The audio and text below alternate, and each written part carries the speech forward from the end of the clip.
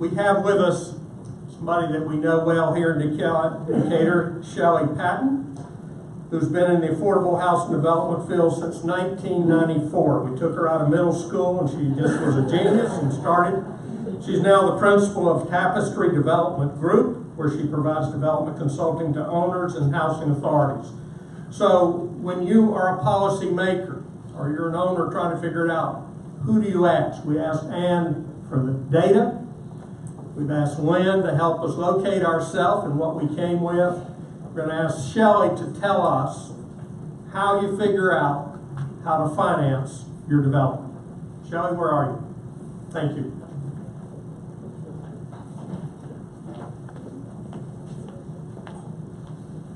Well, good morning. How are y'all? Good, good. Okay, I'm going to see exactly what time it is here. Okay, 10:22. So again, I'm Richelle Patton. I also go by Shelly in old parts of my industry, but most people in Decatur know me as Richelle. I touch Decatur in a whole lot of different ways. So in my personal life, many of you know that I live in Winona Park. I've lived there for 7 years and lived in East Lake and Grant Park before that. I live on Avery Street. I have 2 young boys. Yay, Avery. I have 2 young boys, a 6-year-old Samuel and a 9-year-old Benjamin. They're at Winona Park Elementary and Fave. Let's see here. So I also go to Oakhurst Presbyterian. I've been a member there for 17 years. And I am the caregiver for my elderly mother with dementia who lives at Medlock Gardens, right by the Walmart. So I touch in a lot of different personal ways in Decatur. And in the professional setting, I'm the principal and founder of Tapestry Development Group. We're a nonprofit affordable developer as well as consultant. I've been doing this work for 24 years. I feel like it's part of my calling and the way that I get to practice and live out my faith as a way to try to, I appreciated the comment about social justice, as a way to try to encourage community and diversity. And many of the reasons why we moved to Decatur, and all of us moved to Decatur in the first place. Before I get started with my presentation, I want to give a shout out to a couple heroes who are veterans in this space, who are homegrown heroes here, that oftentimes don't get a lot of credit for how much they've contributed to the affordable housing cause over the years. I want to recognize John Abercrombie, who's sitting here in the front.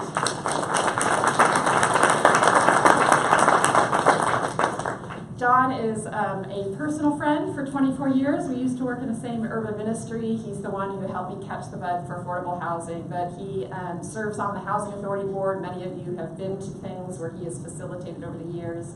He's in the sunset of his career, but hopefully there's some of us who are carrying the mantle and keeping it forward, so thank you, John. Bill is always a prophet in so many different regards, but as Bill said, 30 years ago he started the forum, and I remember coming at 7:30 in the morning every month to the food bank when I was very young. And I also want to say a shout out to Mayor Elizabeth Wilson, who I don't believe is here today, but she's really championing the cause for low-income seniors to continue to be able to live in Decatur. And while my presentation is really focused on rental affordable housing, Mayor Wilson, who is a friend and we go to church together, has really been a hero to all of us who are trying to preserve diversity in our community.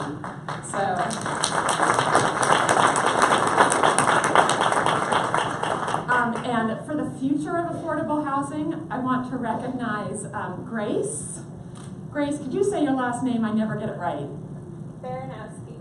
Thank you. Grace serves with, she provides policy recommendations and helps create policy at the state level with the Georgia Department of Community Affairs. You all have heard that term earlier today. I wanted to make sure you understood that. That's DCA. So when you hear that term, Grace is the one that influences the money. DCA provides direct low-interest loans through the Federal Home Program, HOME, capital letters. And the DCA also provides millions of dollars to us owner-developers in low-income housing tax credits that Ann mentioned, and the acronym is LIHTC. So if you hear, I usually just say tax credits, but Grace creates the policy document that all of us developers use every year to secure millions and millions of dollars. So Grace is young in the industry, and I just want to give her a shout out and love, and whatever we can do to encourage young people and to champion this cause, please do so. So, okay, so a couple of questions that were asked earlier today. I thought I might be able to shed a little bit of additional information. At the end of my presentation is my email address, as well as in the packets here. But some of you asked about what are the federal subsidies. I think it was Man, you up in the front here.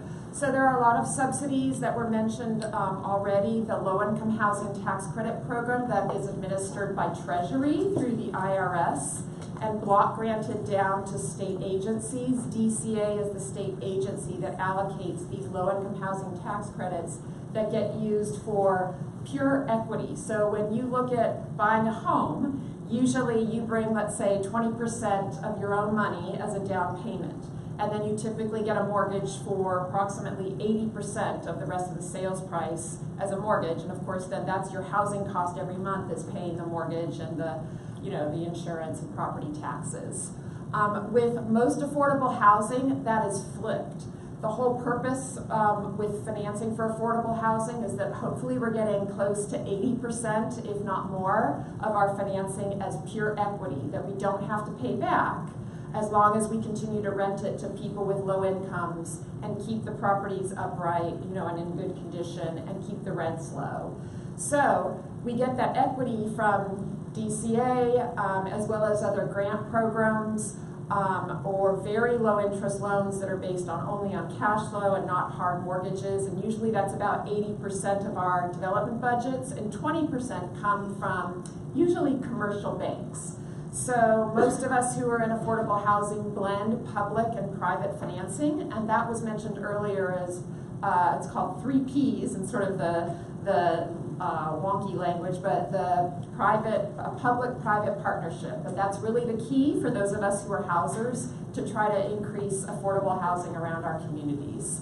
So the idea is if we can only have, maybe 20% of our development budget as a mortgage, then we can keep our operating expenses lower. You think about your monthly budget, and then you think about your income coming in. So if we have lower operating expenses and a lower mortgage, that means that we can keep our rents low. And of course, we want to try to keep our rents as low as possible so that we can serve the lowest income individuals. So that's sort of like a very high level description of how we try to use funds. So besides federal home and tax credits, we also have federal CDBG dollars that get allocated to local agencies, local cities. We also have the Federal Home Loan Bank in Atlanta that offers about $500,000 grants, and it's very competitive. The low-income housing tax credit program can also be very competitive for instance, for Doug Faust in the back there with the Housing Authority. That's what they've used to demolish and build new, the beautiful public housing around our community. And what I said earlier is really important. We work with commercial banks. So Wells Fargo, Bank of America, people like that, they also have a community redevelopment arm of these banks. They're actually required to, by federal law with the Community Redevelopment Act, to invest in affordable housing. So we blend all those together. And then the other question that was asked, I think someone in the back, about what are the impacts with Secretary Carson in at HUD. And this is a call to action. My experience as a houser for the past 2 years, I don't want to get political, but many of you know that Secretary Carson does not have a background in housing. He, I'm sure, is a very, very bright doctor and in the medical field. And so, quite frankly, he has hired very good assistant secretaries and staff below him, many of which were already there at HUD, who are very sharp and understand housing. And quite frankly, it's actually sort of worked to our advantage, quite frankly, that he's not been really knowledgeable about housing, because he has then deferred a lot of housing implementation to the people who do know housing. And so I have found that we've been able to carry on, keep calm and carry on in our industry related to HUD. However, it's really a call to action, because where HUD really gets influenced, of course, is the money. in federal appropriations. And what that means is Congress has more influence over HUD and how much housing we can produce, because they're the ones that hold the purse strings to all of our tax dollars. So if you really want to influence our federal housing policies, please call your local elected officials, both at the state level, our senators, as well as your elected representative. I know many of us as John Lewis or others around here. And I know we have a few new elected officials in our state, so I'm going up to Capitol Hill next month and in January to educate them about housing. So there are ways that you can influence HUD, and I encourage you to do that, as well as the low-income housing tax credit program. There are ways to increase that at Capitol Hill right now. So please talk to your local elected officials, as well as your state House and Senate representatives. We have a state low-income housing tax credit. Many of you might not know that. And for those companies that have state income tax liability, we can offer these tax credits and get equity from them as well. And it is always on the chopping block here in our state, depending on how the state governorship turns out. It may be easier or harder to continue that state credit program. So please continue to advocate. If those of you who are interested in housing, please continue to advocate on both a local, state, and federal level. Okay, that was my pitch. We're trying to stay apolitical about it. So very quickly, I was asked to come talk a little bit about cost considerations. Yes, sir? Could you address the issues about accessibility in addition to affordability? You mean like physical disability accessibility? Okay. My presentation really doesn't speak to that. However, every affordable housing project that uses federal or state subsidies must have at least 5% of our units that are accessible to those with physical mobility issues and disabilities, plus another 2% for audio and visual disabilities. And then all the common amenities must be handicapped accessible. Oftentimes some of us do more than that depending on the tenant population, particularly seniors. With senior properties, we make sure that all the other units are adaptable to those in wheelchairs if need be. So I'm here today I was asked today to talk a little bit about the cost of building affordable housing. Again, I'm coming from a rental apartment standpoint, so please understand that's what I'm focused on, because I think that's really the way that we can impact some of those 800 units that was mentioned earlier today. So very briefly, I want to make sure when we talk about affordable housing, we're not talking about cheap housing.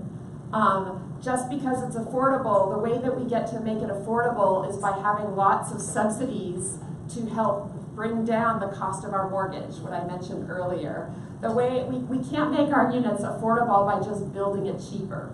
And we're actually compelled not to build it cheaper because, as was mentioned earlier, oftentimes the funding that we use, including the low-income housing tax credit program or HUD programs, requires us to put a land use restriction on the property anywhere from 15 to 30 years onto the property itself, meaning that we must serve low-income individuals and have rents that are sized accordingly. With certain funding programs, we can't use new equity to refinance it, as some of you may do on your own personal homes. We may not be able to do that for at least 15 years. So that means that when we are going to build or renovate housing, we have to do it right when we're able to go ahead and purchase the property and redevelop it.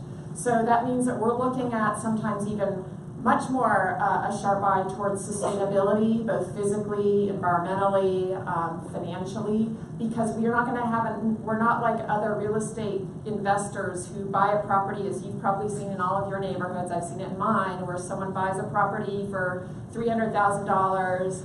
They either demolish it and build new, or renovate it and put, another $300,000 in it, sell it for $600,000, take their money, and then move on. That's not how we work. We get a lot of money on the front end to renovate and build it, and then we hold it for 15 to 30 years.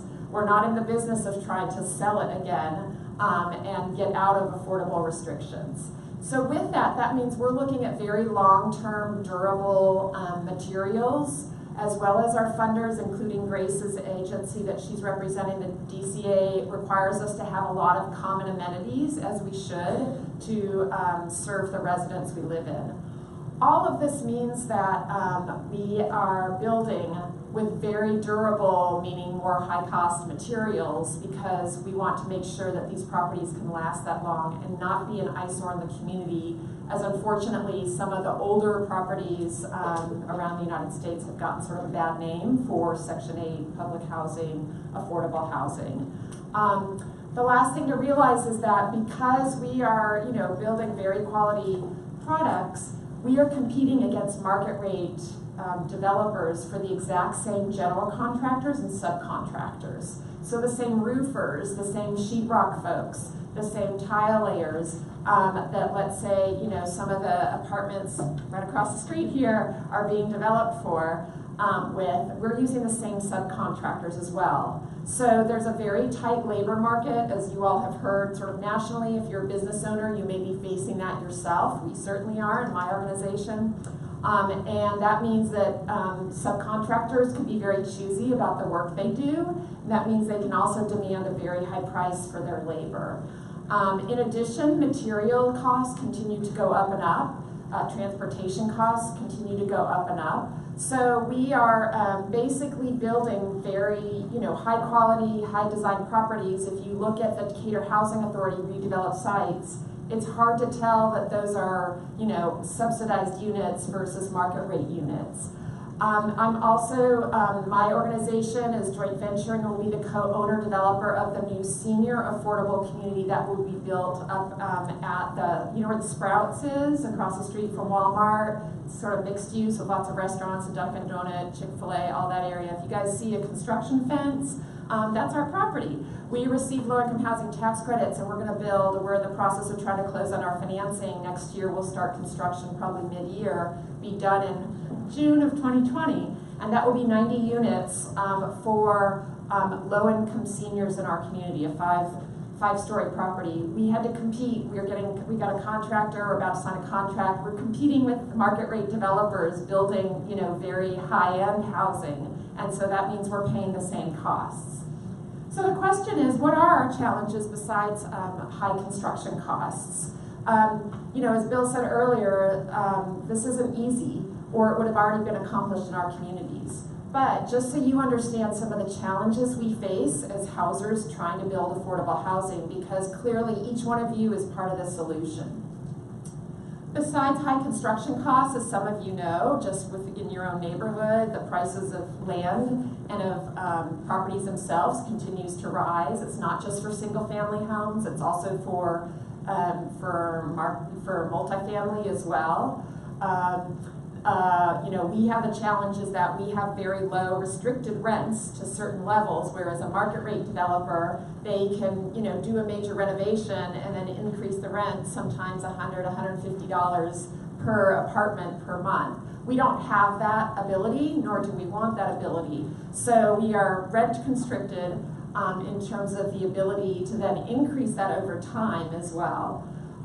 We also have very highly competitive financing resources. I've shared already some of the challenges for some of the low-income housing tax credits that we look for that helped redevelop the housing authority's properties. Generally, we have about a 30% chance of getting the funding. We may spend upwards of $75,000 to $100,000 for each application in terms of all the third-party costs and due diligence. We apply once a year to the state. It's based on a competitive scoring process, and there's maybe about 25 allocations around the whole state. So you can understand it's highly competitive dollars, and there's not enough for all of the need. And so that leads us to what are the other resources, or what new resources can we try to create? The federal government, as you all know, in this past Congress, very surprisingly, funded domestic programs at a pretty strong rate. It looks like fiscal year 19 might also do that across the country, HUD included. My sense is moving forward, depending on how Congress acts, that we will not enjoy any higher subsidies in HUD anytime after another year or so. So we're really having to think creatively with less, but the need keeps growing. There's multiple layers of financing, meaning that each funder has their own timeline and application requirements and income restrictions. Some of what you've learned today is that low income means a lot of different things. Some funders require our housing to be at 80% AMI or less. Most of our funding requires 60% of area median income or less of our residents. Some require even less of that. So trying to marry up all the different requirements, particularly if you have federal or state funding, sometimes those requirements are very complicated to understand, and it's sort of threading a needle through a very narrow channel. In addition, some of our application timelines are very long. For instance, with these tax credit applications I was telling you about, we apply in May. We don't find out until November. Keep your fingers crossed. We're supposed to find out next week about some of our things.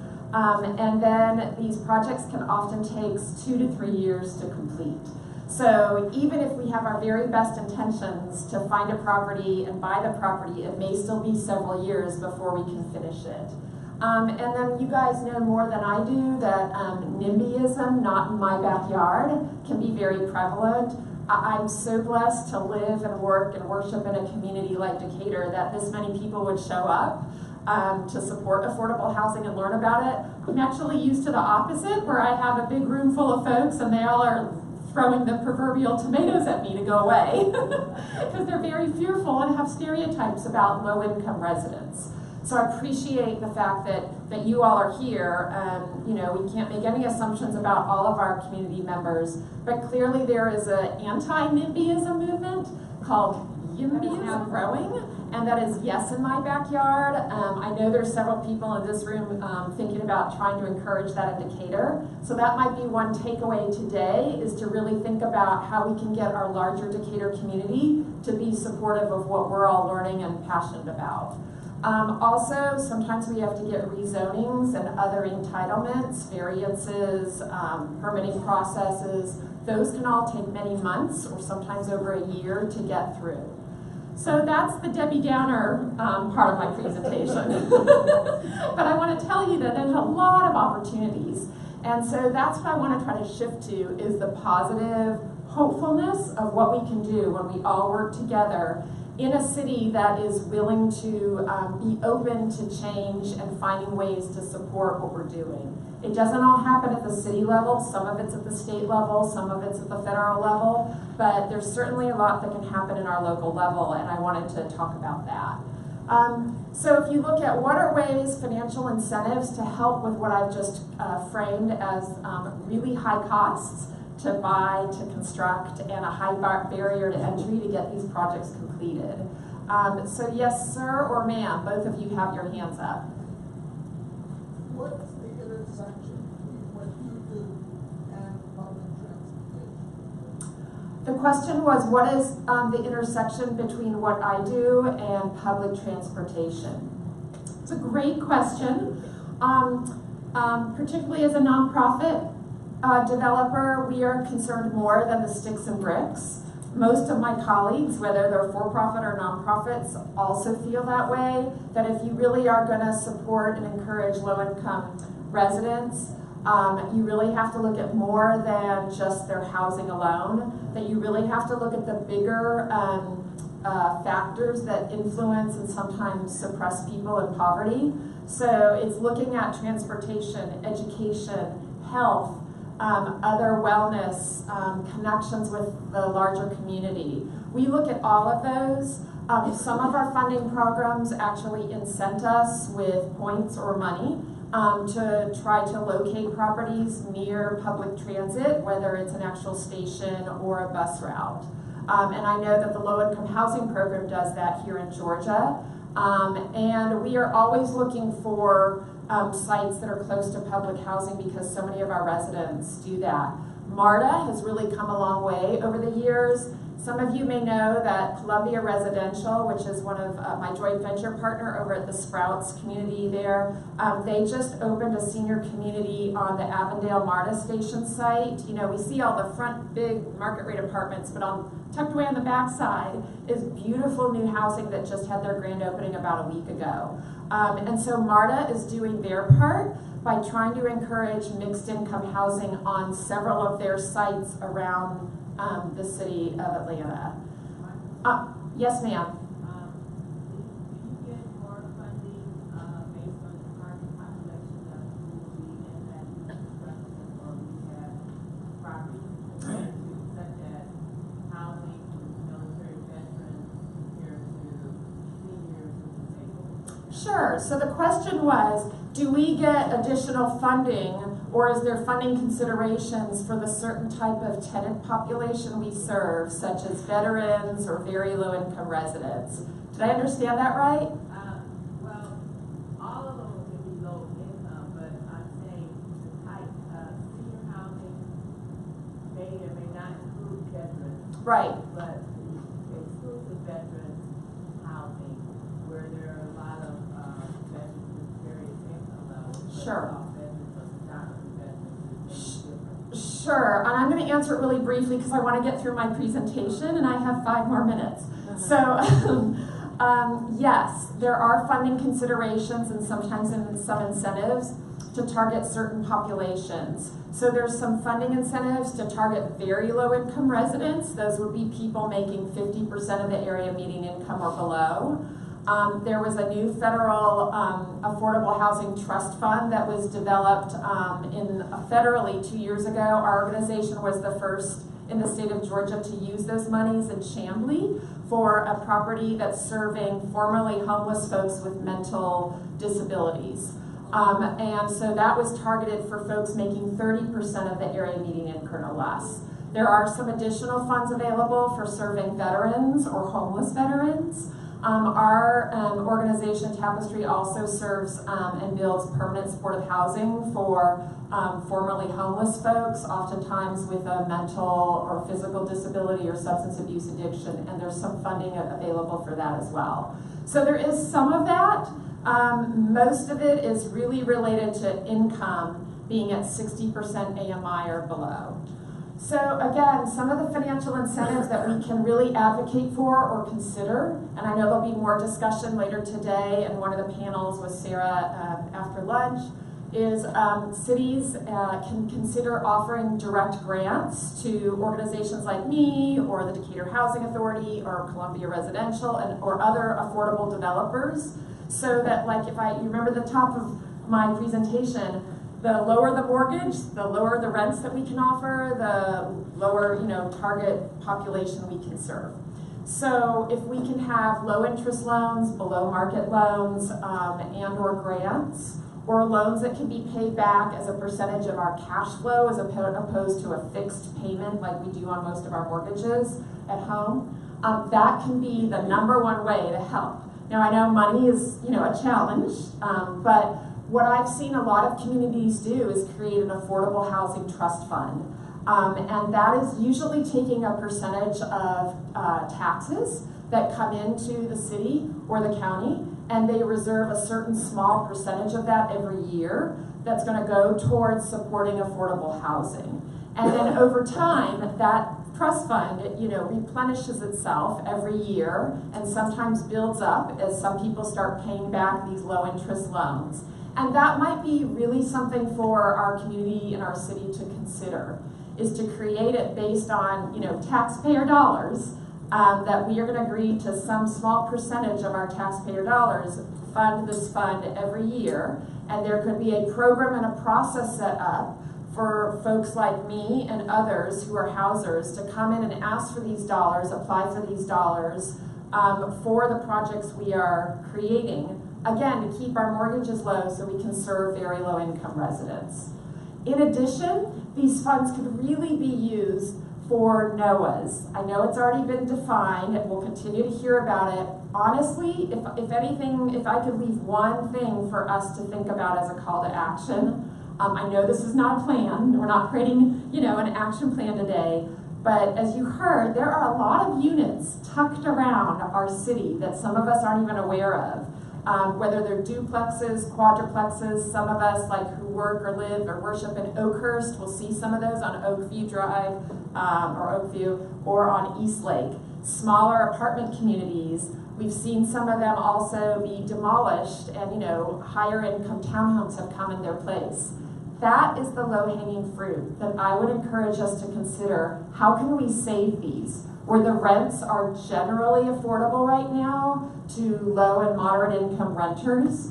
And but for us taking a proactive approach and putting our money where our mouth is, those at some point are going to be bought up by well-capitalized investors who will either demolish and build much more higher income housing or will renovate and then displace the low-income renters and make the rents much higher. So that's my call of action today, is what can we do about these properties? In addition, we could land bank. So if the city could identify, or developers come to the city and say, hey, here's a property that's going to go under contract with a private developer to demolish. Could the city help buy it and hold it right now for future redevelopment by, you know, a mission-minded developer? The city could also look at their own properties and offer long-term nominal ground leases so that really helps the development costs by not having to purchase the property. The city still owns the land, the public still gets to own it long-term, and then developers like us build on top of it or renovate on top of that. There'll be more discussion about inclusionary zoning, but generally the idea is the way to incent developers who may not be used to doing affordable housing is require them to have a certain percentage, 10, 15% of their units as affordable. And the way you can incent developers is by giving them a larger density bonus, meaning they can build more units. And that's also something to really consider, is our community's will to support higher density, particularly at the United Methodist Children's Home, as redevelopment opportunities are coming together. It's a long-term strategy, but there is a real opportunity, particularly on the south side of that property, to develop much higher density than the current concept plan has. So that could be one way too. We can put our money and our political will where our mouth is to encourage affordable mixed income housing. The way to also help, cities have offered waivers for or reduced prices for building permits, for impact fees, for tap fees. Those are all fees you pay to build on housing, and those fees go to city and counties. The city could help waive some of those. The city and county can have expedited permitting process, so it takes us less time, so we can start our housing. City and counties can also fund off-site and on-site improvements, meaning sidewalks, sewers, new roads. All of those add to the cost of building our affordable housing. The city can also offer property tax abatement. That certainly can help keep our operating expenses down so that we can offer low rents over time. And then the bigger one, of course, which includes money being spent just today on lunch, breakfast, all of the materials, is cities can really offer ways and safe spaces to talk about how we can build and encourage more affordable housing. So I am right, I've gone exactly 30 minutes, so I'm going to stop. But here's my contact information, and thank you so much for your attention. Hold on. I think we've got time. If there's any other clarifying questions or comments we need to make. Yes, ma'am. I was interested in what you said about Oakview, East Lake, and I would also add either Ridgeview or Ridgeway. That area in Decatur, there are still affordable apartments. Yes, ma'am. Are you saying that money could come from the city to help encourage the people who own those apartments not to sell them to build mansions, but to keep them the way they are? Where are you suggesting the money would come from as an incentive for the landlords? Sure. So Mary has asked a really important question about these NOAHs. These are naturally occurring affordable housing rental properties in our community, and she's asking, where does the money come from? Great question. So what I'm seeing in other cities is this creation of an affordable housing trust fund or some vehicle where the city, particularly if these owners are wanting to sell, the city can collaborate with the local housing authority, with local nonprofits or for-profit affordable developers, who we can bring some capital from banks and grants and all these different programs to buy the property, but oftentimes not quick enough. So the cities can help either buy them outright and hold them until affordable developers can get our financing in place, or they can provide a little bit of gap financing for what we can afford versus what the owners want. And in that way, the city is contributing to saving those properties over the long term. And that's our public tax credit dollars invested into a property that's helping preserve affordable housing. Don't you just love to get right down to it? Who's going to pay for it? Absolutely. Good question. Who else? Anybody? Okay, go ahead. Hi, I wanted to emphasize one of the points you made that you said was one of your major points that you wanted to make in your presentation about, I can't remember exactly how it went, but that often in Decatur, a property that has lower cost housing is converted into expensive townhouses. Yes. And as you know, that happens all the time, and I just wanted to make sure everybody knew that the Planning Commission is considering an action this Tuesday at 7 o'clock where I live on Faulkner. There's a lower income housing apartment complex that is being converted right now, possibly going to be converted to high income townhouses. And the developer in this case wants many variances in order to that to occur. And so I just wanted to let you know that that's happening and ask everyone to, and I have a fact sheet on it, and if you're interested in taking action at this time, this would be an opportunity that you could do within the next 7 days. And so I have a petition and fact sheet, and I encourage you to find out more about it and look into it and make your voices heard. Thank you. Yes, Ms. Patton, I'm John Lee. I had a question about time.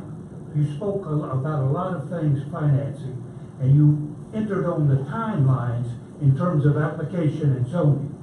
But how about the construction timeline? Sure. You're saying that you use the same contractors as private contractors.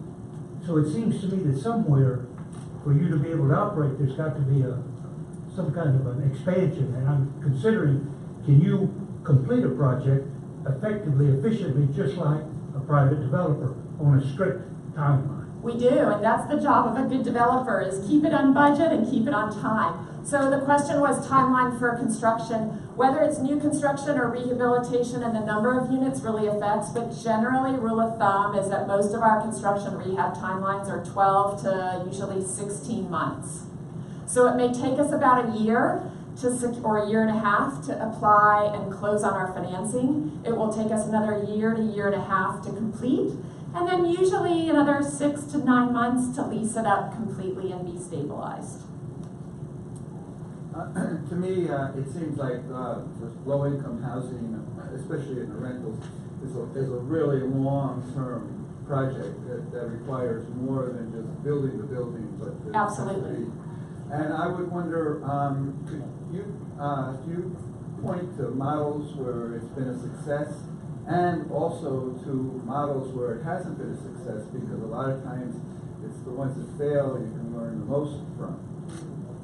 Good question. He had asked, because these are such long-term strategies, where can we look at successes of good affordable rental housing and where are, I won't say failures, but things we can learn from, what we can do better the next time.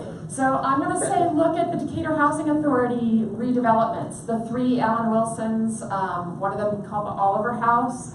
That is best in class in terms of demolition, rebuilding, preserving the residents' ability to move back on the properties. I'm actually a consultant to the Housing Authority now to help them with the redevelopment of Swanton. In some small way, I'm a part of it. And that's the highest priority, is to preserve the right for all of those residents to return. That will be a rehabilitation. And you've got a great best of class right here with the Decatur Housing Authority. I would say also, if you're looking at what has not gone well, I would look at probably some in the city of Atlanta with the old school before, you know, way back in the late 90s, if you remember the public housing back then. That was not done well. Our federal, state, and local policies, you know, just basically decided this is the part of the city that we're going to put all the low-income people in. And that is not best practice, as we all know. We want mixed-income, thriving, diverse communities. And as you've seen over the years in the city of Atlanta, they haven't always gotten it right, but they've tried to redevelop to make a more mixed-income community that is capitalized well with enough low-income credits or loans. So if you look at the village of Eastlake, that's close by, that would be a good best practice to look at. I'm involved, we're going to renovate it and recapitalize it because it's now 18 years old. So we have the ability to do so. But if you want to talk about lessons learned, I'll be happy to tell you I'm the school of hard knocks. I can tell you all the things I've done wrong that I want to learn from. But one of the main things is to make sure and capitalize it right on the front end. And make sure that you don't put, just like your own house, you want to make sure that you're not getting too high of a mortgage, because how are you going to afford it over time? And you may have to make some really hard decisions. And these are what our residents have to do every day with their rent. A lot of my residents are paying 50% of their income to rent, and they're making really hard decisions about diapers, food, transportation, prescriptions, particularly for our elderly residents, and they're having to choose, should I get this prescription or should I pay my rent? So these are decisions, and the way that we can help that is by making sure we capitalize them right and get enough money so that our mortgages are low enough so that we can offer very low rent. You know, an interesting statistic, at the food bank, we have 600 congregations. We do about 200,000 people a month that we're helping. Half of those people are working. 1, 2, 3 jobs and still coming up short on food because they're paying too much rent. So you can see the relationship. There's a question in the back.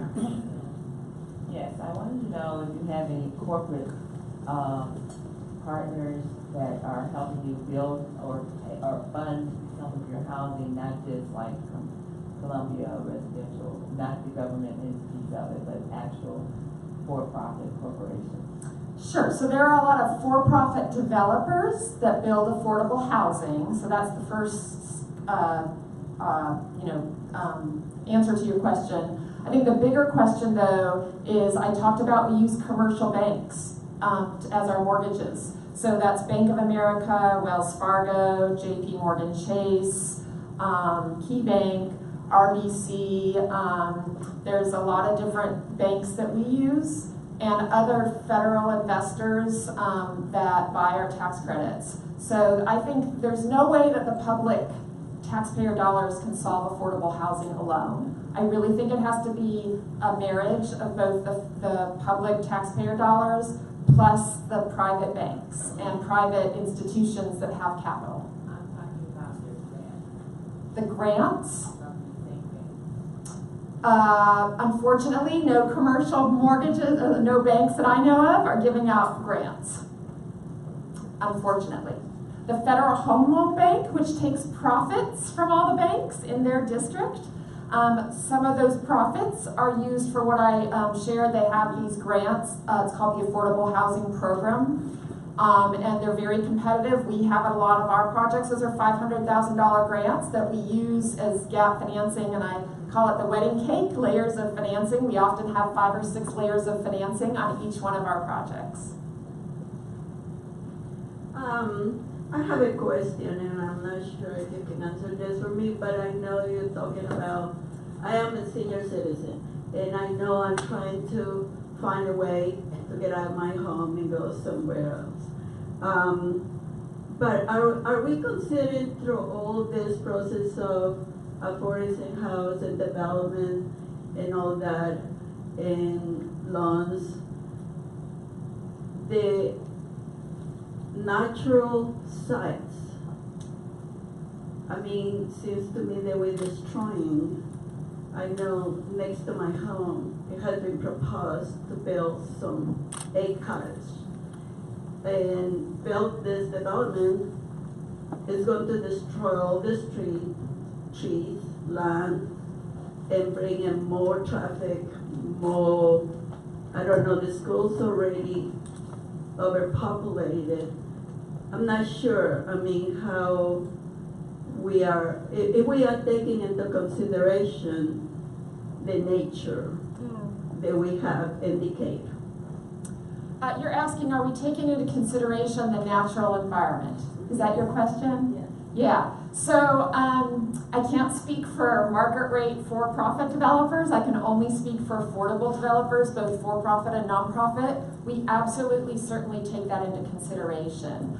Many of our financing incentivizes us, and as well as our moral ethics, to build environmentally sustainable housing, which also looks at the communities we're building in.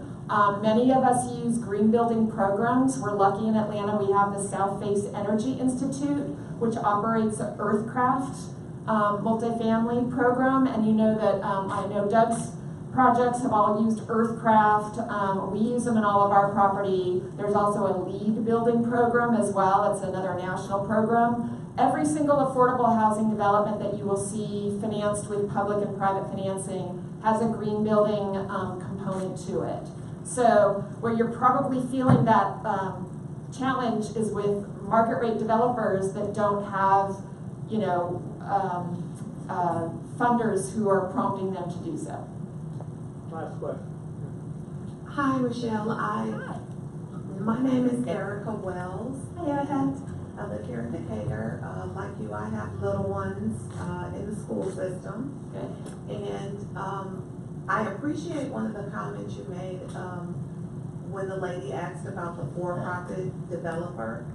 Affordable, and speaking of affordable housing, I think sometimes makes people think that you don't make money. Well, that's right. And for-profit developers, as you said, make affordable housing every day. The low-income housing tax credit is a tax credit that you have to make money to be able to write something off. Right. So, you know, just understanding the nature of financing and housing development in Decatur, I just think this forum has to be focused on us coming up with some type of policy, even though I've heard people say that that's not what we're doing here. But if we really want to be genuine, you have to think about a policy because it's happening every day all around us. I live on Church Street, not too far from all of the Walmart and all the stuff that's coming to the city. And very quickly, these developments are purchased and they're turned. And there's no thought of what could go into the property because the property is just sold because it's prime property. And so I think if we really want to have a genuine conversation in Decatur, understanding that we're only 4 square miles, 4.23 square miles, we have to be genuine and purposeful as we are about everything else. That's why we live here. Decatur's awesome. The schools are awesome. The square is awesome. I have to, because I got to go. I can't stay on that. Well, we are taking. Yep, I got you. Yeah, but my only point is we must be purposeful and sincere about a plan.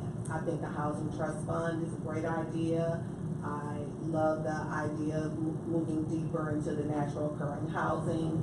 I encourage everyone to come out on Tuesday to the commission meeting and support, you know, speaking up for the community when there are developments that are going to be turned and seniors and low-income people will lose the ability to have their children and their grandchildren in city schools of Decatur. And that's why we all live here, because the schools are great. The housing is great, but it's very expensive. We live here because of the schools. That's all. Yeah, I think my 30-second response, and then I think really I will stop. Thank you, Bill, for facilitating all this.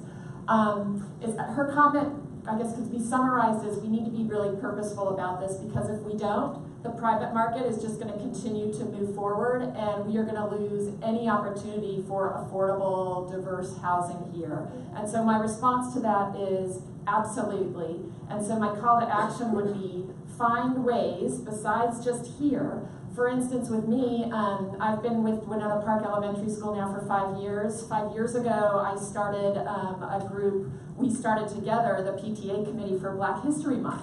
Surprisingly, there was no, proactive way to celebrate Black History Month other than, maybe one small presentation in school. So the parents got together and really wanted to embrace that. We made it into not just one event, but a whole month's worth of multiple activities.